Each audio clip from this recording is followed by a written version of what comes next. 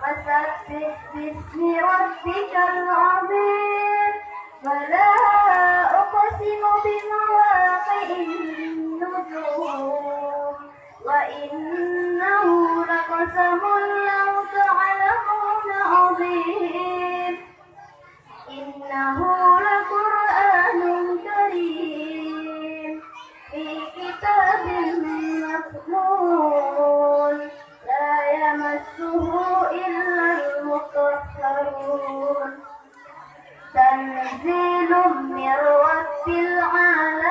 العالمين أفبهذا الحديث أنتم مدهنون وتجعلون رزقكم أنكم تكذبون فلولا إذا بلغت الحلقوم وأنتم حينئذ تنظرون ونحن أقرب إليه منكم ولكن لا تبصرون فلولا إن كنتم غير مدينين ترجعونها إن كنتم صادقين فأما إن كان من أصحاب اليمين فسلام لك من أصحاب اليمين فأما إن كان من المقربين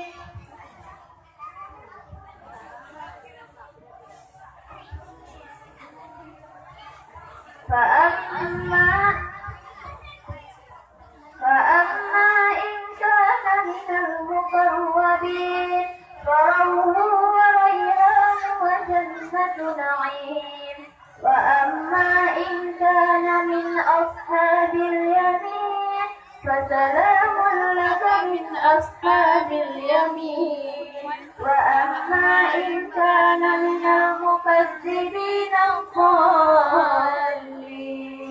فنزل من حميم وتصلية جحيم إن هذا لهو حق اليقين فسبح باسم ربك العظيم